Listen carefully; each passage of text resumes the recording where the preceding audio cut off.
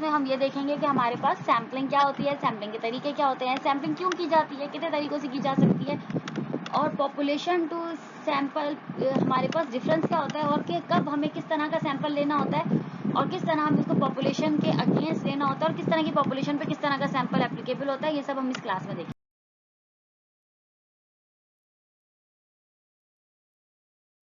नट shell में हम ये देख लेते हैं कि कौन कौन से स्टेप्स हमारे पास ज़रूरी होते हैं कंडक्ट करने के लिए एक प्रॉपर रैंडम स्ट्रेटिफाइड सैंपल्स को। अगर हम डिफाइन करें टारगेट क्या है, तो इसका मतलब है कि हमें ये देखना होगा कि हम ये देख लेते हैं कि हमें अपना टारगेट को चूज करना होगा कि हमारा टारगेट क्या होगा, फिर हमें उसको रिकॉग्नाइज करना होगा कि हमें उसकी किस तरीके से वेरिएबल्स लेने हैं। उसके बाद हमें एक सैंपल बनाना होगा, उस सैंपल को इवेल्युएट करना होगा, उसके डिफरेंट एलिमेंट्स को हमने देखना होगा और उसके मुख्तलिफ नंबर असाइन करना होगा और फिर उसकी साइज को हमने देखना होगा और फिर हमें रैंडम एलिमेंट्स को सेलेक्ट करना होगा। अच्छा, हम कुछ टर्मिनोलॉजीज देख लेते हैं जो कि बहुत ज़रूरी हैं इस सैम्पलिंग और सैम्पलिंग से रिलेटेड तमाम के तमाम क्लास को समझने के लिए। पॉपुलेशन क्या होती है? पॉपुलेशन ये होती है कि जब हम पूरे के पूरे सिस्टम को देख रहे हों तो वो पॉपुलेशन कहलाता है। मतलब जब हमारे पूरा ही सिस्टम हमारे अंडर कंसिडरेशन हो तो ये पॉपुलेशन कहलाता है। या आप इसको अगर बहुत स्पेसिफिक और प्रॉपर वर्डिंग में देखना चाहें तो the entire body of a unit of interest और to decision maker is in a situation, ये हमारी पॉपुलेशन कहलाती है।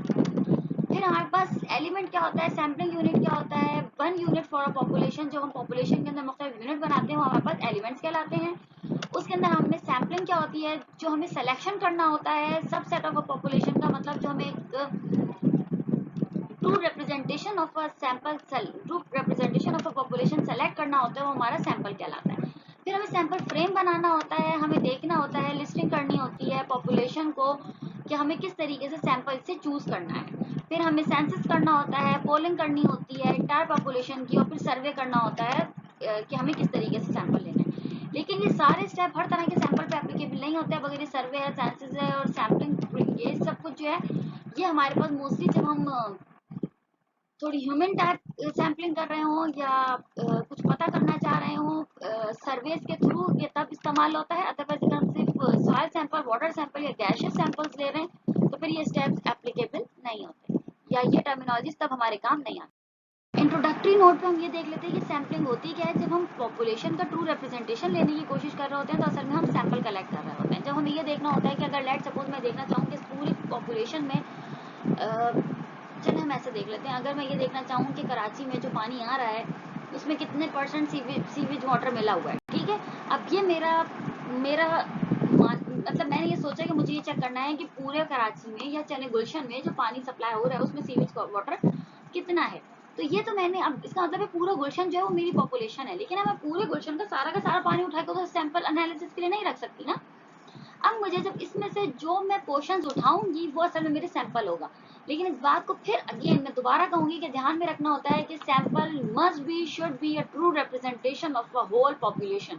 हम ऐसा सैंपल कभी भी नहीं ले सकते जो किसी भी तरह बाइस्ड हो, किसी भी तरह हमारी ईज पर आ रहा हो या किसी भी तरह हमने अपनी आसानी के हिसाब से उस सैंपल को लिया हो। हम ऐसा सैंपल कभी भी अपना कोई भी कंक्लूजन ड्रॉ करने के लिए इस्तेमाल नहीं कर सकते। लेट सपोज इसको आप ऐसे समझ सकती हैं कि अगर मैं कहूँ कि गुलशन का पानी मैंने देखना है और मैं किसी जगह जहाँ मतलब किसी एक जगह से मैंने पानी उठा लिया, या आप चलें ऐसे समझ लें कि अगर मैं कहूँ कि मुझे नाज़िमाबाद का पानी देखना है और मैंने जिन्हें यूनिवर्सिटी से ही पानी का सैंपल उठा लिया, तो इसका मतलब है कि ये मेरी true representation of a whole population कभी भी नहीं हो सकती।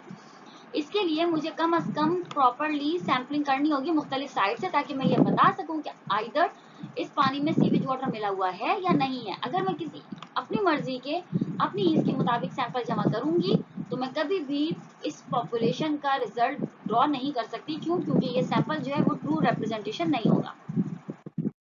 कौन से फैक्टर होते हैं जो कि हमारे सैंपल पे इन्फ्लुएंस करते हैं, या ये कह सकती हैं कि 3 फैक्टर्स ऐसे हैं जो कि इन्फ्लुएंस करते हैं सैंपल रिप्रेजेंटेटिवनेस पर।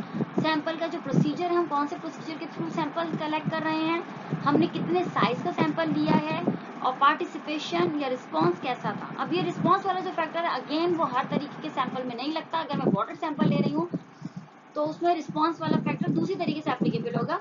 लेकिन आप इसको ये समझ सकती हैं कि हमारे पास 3 फैक्टर होते हैं बेसिकली, जो कि हमारी ट्रू सैंपल रिप्रेजेंटेटिवनेस को अफेक्ट कर रहे होते हैं, जिनमें से सैंपल प्रोसीजर है, साइज है और पार्टिसिपेशन। इसी तरह वो कौन से सैंपल हैं जिनके ऊपर पॉपुलेशन का इफेक्ट नहीं होता। तो अगर हम ये देखें कि जब हमारी पॉपुलेशन बहुत छोटा हो, अगर मैं ये कहूँ कि मुझे ये देखना है कि जिना यूनिवर्सिटी में केमिस्ट्री में सबसे की क्लास कौन से स्टूडेंट ले रहे हैं, तो डेफिनेटली मेरा सैंपल साइज तो छोटा है। अब इस छोटे सैंपल साइज को तो मैं एनालाइज कर सकती हूँ, तो यहाँ पर मेरा सैंपल जो है वो वेरिएशन नहीं डाल सकेगा। क्यों? क्योंकि मेरी पॉपुलेशन ही बहुत छोटी है, या हमारे पास बहुत ज्यादा एक्सटेंसिव रिसोर्सेज हो कि मैं बहुत ज्यादा तरीके से एनालिसिस और बहुत ज्यादा तरीके से आउटरीच कर सकूं, तो तब मेरा सैंपल जो है वो इन्फ्लुएंस नहीं करता पॉपुलेशन से। या जब हमें बहुत ज्यादा एक्सपेक्टेशन नहीं हो बहुत हाई रिस्पॉन्स की, तो फिर हमारे साथ ये मसला नहीं होता।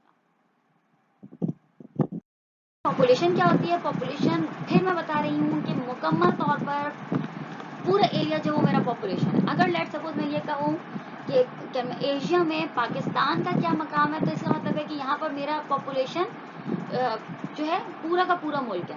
तो पॉपुलेशन हमेशा देख लिया जाता है कि मगर एक बात याद रखिएगा, पॉपुलेशन इज होल। उसमें से जो चीज मैं देखना चाहती हूँ वो मेरा सैंपल होगा। तो पॉपुलेशन हमेशा होल एरिया होता है या होल चीज होती है या सब कुछ होता है, और उसमें से जो मैंने सेलेक्ट करना है वो मेरा सैंपल होता है। मैंने अभी आपको बताया कि ये ह्यूमनली पॉसिबल नहीं है कि हम सारे के सारे पॉपुलेशन को एनालाइज कर सकें। या आप ये कह सकती हैं कि अगर लेट सपोज मैं रेट्स के ऊपर काम कर रही हूँ, तो ये पॉसिबल ही नहीं है कि मैं हर सेट के सारे रेट्स के ऊपर काम कर सकूं। जब हमारे पास कंपलसरी नहीं होती है कि हम किसी से पता कर सकें, तो हम सब कुछ एक साथ पता कर भी नहीं सकते।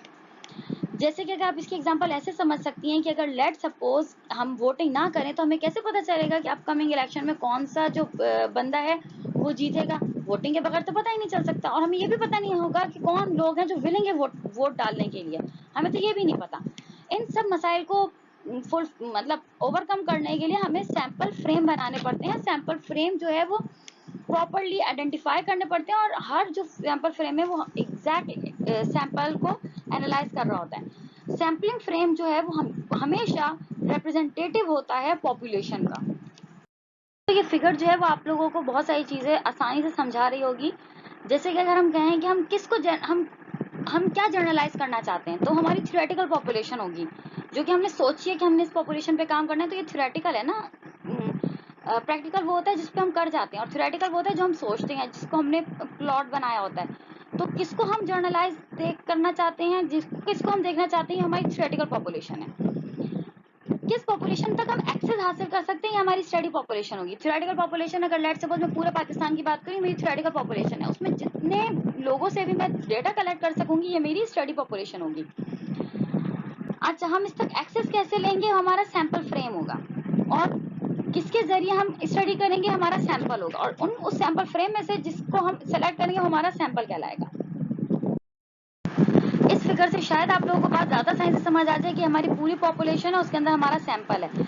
अगर हम अपना स्टडी पॉपुलेशन है और ये हमारी टारगेट पॉपुलेशन है, हम इसको देखना चाहते हैं, और इसके अंदर से हमने स्टडी पॉपुलेशन निकाली है, और ये हमारा सैंपल है जो हमने उसमें से गैदर किया है।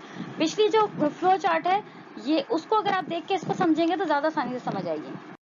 अच्छा सैंपल कौन सा होता है जो कि रिप्रेजेंटेटिव हो होल पॉपुलेशन का? ये मैंने रिपीटेडली कहा है। सैंपल पे हमारी ज्यादा कॉस्ट ना आ रही हो, और असेसिबल हो, इजीली हम उस तक एक्सेस कर सकें, तभी एक अच्छा सैंपल बन सकता है। ओके, फिर हमारे पास कितनी तरह की सैम्पलिंग हो सकती है? सैम्पलिंग के बहुत तरीके हैं, यकीन करें सैम्पलिंग के बहुत तरीके हैं, लेकिन देखा ये जाता है कि हमारे कब किस टाइप के सैम्पलिंग की जरूरत है।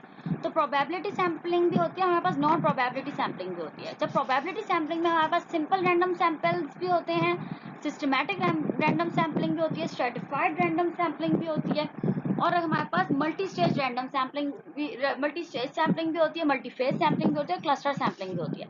लेकिन नॉन प्रोबेबिलिटी सैंपल्स में हमारे पास कन्वीनियंस सैम्पलिंग और पर्पसफुल सैम्पलिंग और कोटा सैम्पलिंग होती है। और यकीन करेंगे तीनों से सैम्पलिंग है बिल्कुल भी प्रेफर नहीं की जाती, बिल्कुल भी पसंद नहीं की जाती, और बिल्कुल भी अच्छी नहीं होती। प्रोसेस है जिसके अंदर हमारे पास जो स्टेप्स आते हैं उधर मैंने चॉक डाउन कर दिए। जैसे कि पहले तो हमारे पास क्या होता है कि हमें ये पता होना चाहिए कि हमारी पॉपुलेशन क्या है। पॉपुलेशन क्या है इस बात पर डिपेंड करता है कि हमारा बेसिक आइडिया क्या, हम किस तरह का सैंपल लेना चाहते हैं। जब हमें ये समझ आ जाता है कि हमें काम किस तरह का करना है तो हमें ये पता चल जाता है कि पॉपुलेशन क्या है। तो सबसे पहले तो हमें डिफाइन करना होता है कि हमारी वो पॉपुलेशन क्या है जिससे हमें सैंपल लेना है। उसके बाद हमें सैंपल फ्रेम बनाने होते हैं और हमें देखना होता है कि हमें किस तरह का लेना है, सैंपल लेना है। फिर हमें सैंपल को स्पेसिफाई करना होता है और मेथड सेलेक्ट करना होता है कि हमें किस मेथड से सैंपल लेना है। पीछे मैंने आपको स्लाइड में बताया था कि हमें बहुत से मेथड हैं सैम्पलिंग के। स्ट्रेटिफाइड मेथड है, रैंडम मेथड है, हमारे पास क्लस्टर्ड मेथड्स हैं हमारे पास, और इसके अलावा हमारे पास जजमेंटल मेथड्स हैं, बहुत से मेथड हैं। तो जब ये डिफाइन हो जाए कि पॉपुलेशन क्या है, सैंपल फ्रेम पता चल जाए, स्पेसिफाई कर लें कि सैंपल क्या है, तो हमें ये देखना होता है कि हमें किस तरीके के मेथड से सैम्पलिंग करनी है। फिर हमें साइज ऑफ सैंपल डिटरमिन करना होता है कि हमें मिनिमम कितना साइज का सैंपल चाहिए, मैक्सिमम क्या साइज होगा। फिर हमें साइज ऑफ सैंपल पर बात आती है कि हमारा साइज क्या होना चाहिए सैंपल का। फिर हम सैम्पलिंग प्लान को इम्प्लीमेंट करते हैं कि अच्छा जो हमारा सैम्पलिंग प्लान था हमें उसको इम्प्लीमेंटेशन की तरफ जाना होता है। फिर हमें डेटा कलेक्ट करना होता है सैम्पलिंग का, और फिर हमें रिव्यू करना होता है अपने सैम्पलिंग प्रोसेस को कि जो हमने किया उसमें हमें उसकी एक ओवरऑल रिव्यू करना होता है अपनी ही सैम्पलिंग प्रोसेस को या सैम्पलिंग मेथड को।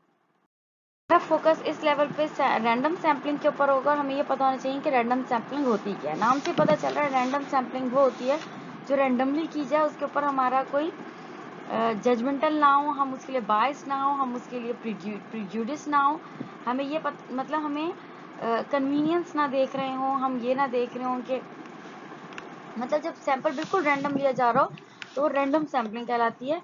जैसे कि अगर लेट सपोज मैं आपकी क्लास में से देखना चाहूँ कि अच्छा मैं अगर आपकी क्लास में से मुझे 5 स्टूडेंट सेलेक्ट करने हो, अगर तो मैं ये देखूँ कि किस किस के एज आए थे, किस किस के ए प्लस आए थे, तो इसका मतलब है ये रैंडम सैम्पलिंग नहीं है बल्कि मैंने एक क्राइटेरिया सेट कर दिया है जिसके थ्रू पे सैम्पलिंग कर रहे हैं। तो ये रैंडम सैम्पलिंग में नहीं आता, ये बायस्ड और ये क्राइटेरिया बायस बेस्ड सैम्पलिंग हो जाती है। रैंडम सैम्पलिंग क्या होता है कि हर स्टूडेंट को बराबर का मौका मिले कि वो रिप्रेजेंट कर सके, या वो मतलब हर एक को बराबर का चांस हो कि वो उस ग्रुप में आ सके जो मैं बनाना चाह रही हूँ। तो रैंडम सैम्पलिंग सिर्फ तभी हो सकती है जब उस पर कोई बायसिंग ना हो। तो इसके लिए हमारे पास रैंडमली हमें सैंपल कलेक्ट करना होता है, सेलेक्ट करना होता है, हम बायस नहीं हो सकते। तो इसके लिए हमारे पास बहुत अच्छे greatest number of possible samples बन सकते हैं। और इसके अलावा क्या मैं हमारे पास हर एक को इक्वल चांसेस होता है, चांस मौजूद होता है कि वो इस सैंपल में इंक्लूड हो सकता है। तो रैंडम सैम्पलिंग कहलाती है।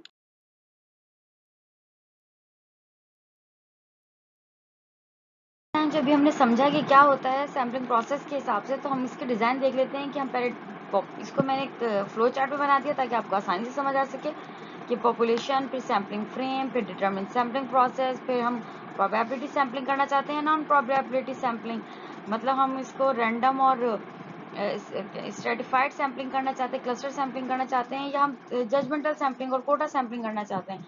फिर डिटरमिन करें अप्रोच को, सैंपल साइज डिफाइन करें और फिर अपनी सैम्पलिंग को डिज़ाइन करना है।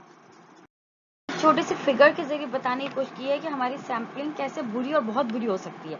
अगर हमारे पॉपुलेशन से सैंपल दूर है तो वो डेफिनेटली एक बुरा सैंपल है।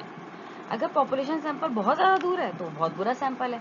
सैंपल हमेशा true representation of a population होता है, तो उसको होना भी पॉपुलेशन में से ही चाहिए।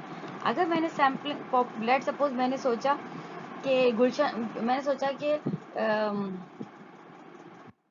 नाज़िमाबाद का पानी कैसा है, लेकिन मैंने सैंपल ले लिया लेकिन मैं नाज़िमाबाद के बाद वो करीमाबाद से सैंपल ले लिया। अगर मैंने सैंपल करीमाबाद से लिया है और सोच में रही हूँ कि नाज़िमाबाद का पानी कैसा है, तो डेफिनेटली एक बेहुदा सैंपल है, ये बिल्कुल भी एप्लीकेबल नहीं है और ये हमारी पॉपुलेशन को रिप्रेजेंट ही नहीं कर सकता।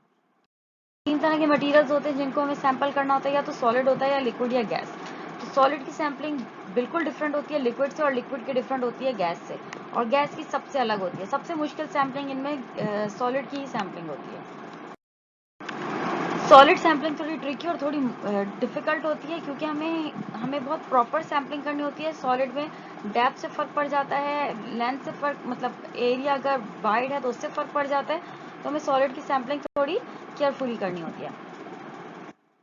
अच्छा, हमारे पास सॉलिड जो होते हैं वो हेट्रोजीनस नेचर के होते हैं, इसलिए हमें उसकी बहुत केयरफुल सैम्पलिंग करनी होती है। जैसे लेट सपोज अगर हम सिर्फ सॉइल की बात करें, तो आपको पता है उसके अंदर ग्रेनुलर्स भी होते हैं, हम उसके अंदर बारीक सैंड भी होती है, उसके अंदर सैंडी सॉइल भी होती है, उसके अंदर हमारे पास क्ले भी होता है। तो इसका मतलब है कि एक सैंड के अंदर ही हमारे पास कई तरह की के कंपोनेंट्स मौजूद है, तो इसलिए हमें इसको थोड़ा केयरफुली कलेक्ट करना होता है। अच्छा, सॉलिड हमारे पास बहुत सारे डिफरेंट फॉर्म्स में हो सकते हैं, जैसे कि हमारे पास ओर्स हो सकती हैं, स्मॉलर पार्टिकुलेट्स हो सकते हैं, शीट मटेरियल्स हो सकते हैं। अदरवाइज अगर हम बायोलॉजिकल की तरफ जाएं तो हमारे पास टिश्यू सैंपल्स वगैरह भी हो सकते हैं। ऑलरेडी सैम्पलिंग के वक्त हमारे पास दो तरह के ऑप्शंस होते हैं, तो हम सरफेस से लेना चाहें तो हमें सिर्फ सरफेस से सैम्पलिंग करनी है। अगर लेट सपोज मैं ये कहना चाहती हूँ कि यहाँ पे हमारे पास एयर पॉल्यूशन बहुत है, ठीक है, तो हमें पता है सबसे पहले एयर जो है, एयर के अंदर जो जितने भी टॉक्सिन्स है वो एब्जॉर्ब होंगे सरफेस पर। तो ऐसे ऐसे केस में अगर मैं सरफेस की सैम्पलिंग करूँ तो कोई बुरी बात नहीं है, आराम से एप्लीकेबल है। लेकिन अगर मैं ये कहूँ कि क्या ये फर्टाइल सॉइल है या नहीं, या ये अगर मैं ये देखना चाहूँ कि क्या ये कल्टीवेशन के, क्या ये सॉइल, मतलब कभी कभी बहुत दफ़ा ऐसा होता है कि हम सॉइल की या ज़मीन की एनालिसिस से हम ये पता कर लेते हैं कि इसके अंदर कोई मादनियात, क्या आप इसको कह सकते हैं, कोई नेचुरल रिसोर्सेज मौजूद होंगे या नहीं होंगे। तो अगर मैं नेचुरल रिसोर्सेज की इंफॉर्मेशन लेना चाहती हूँ तो कभी भी सरफेस के एनालिसिस से मेरा काम नहीं होगा हमेशा। इसलिए मैंने आपको कहा था कि सैंपल क्या लेना है ये डिपेंड करता है कि हमारी सोच क्या है, हमारा इरादा क्या है, हमें किस तरह की एनालिसिस करनी है। तो तभी हमें पॉपुलेशन डिफाइन होता है और तभी हमें सैंपल देखना होता है।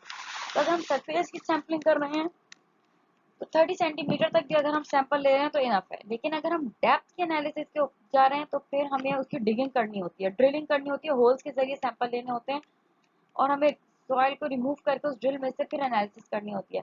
तो फिर डेप्थ के हिसाब से सैंपल होता है, हमें 50 किलोमीटर जाना है, 100 किलोमीटर जाना है, तो फिर सॉइल भी इसी तरह डेप्थ में हमें लेनी होती है।